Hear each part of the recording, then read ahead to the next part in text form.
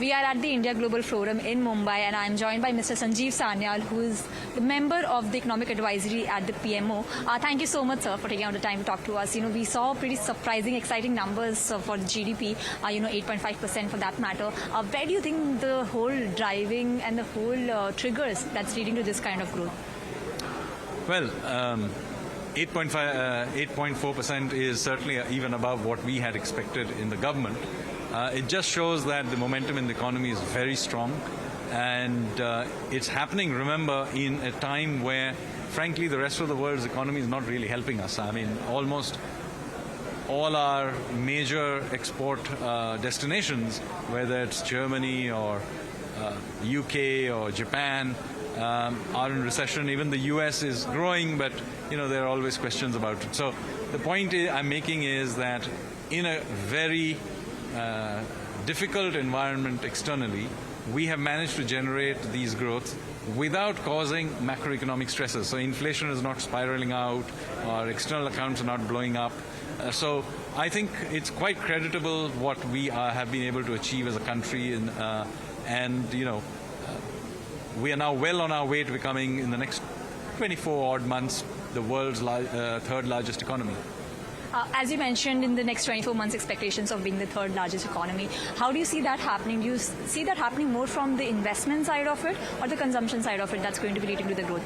So the driving force of our economy has been in recent years investment.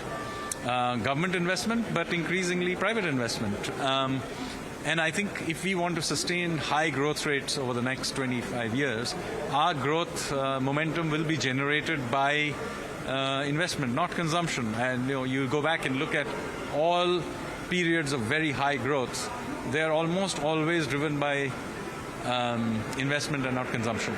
Because investment has an interesting quality that it generates demand, but it also generates supply.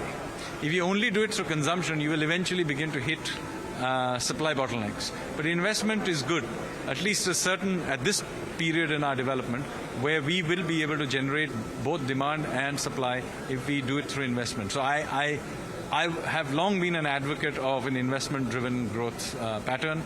I'm glad that we have finally tipped into it, and I think the fact that we are doing about 32% of our economy is now investment savings-driven system, I think this is sustainable.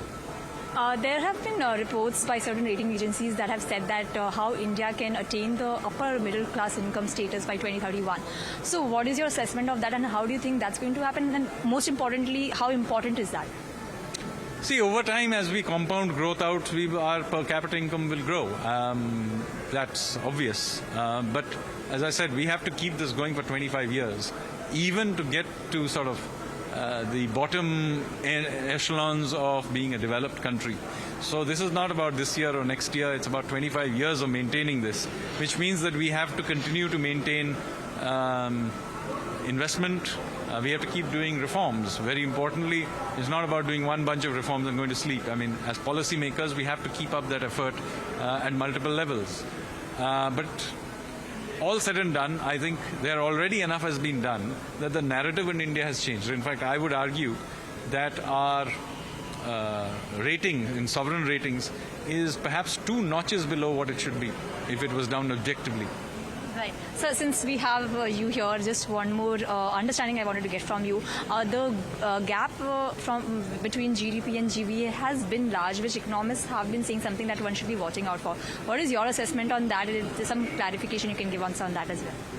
No, I don't think it's a major thing. These are statistical things that even out over time. What we really care about is whether or not we can see this growth sustained over time.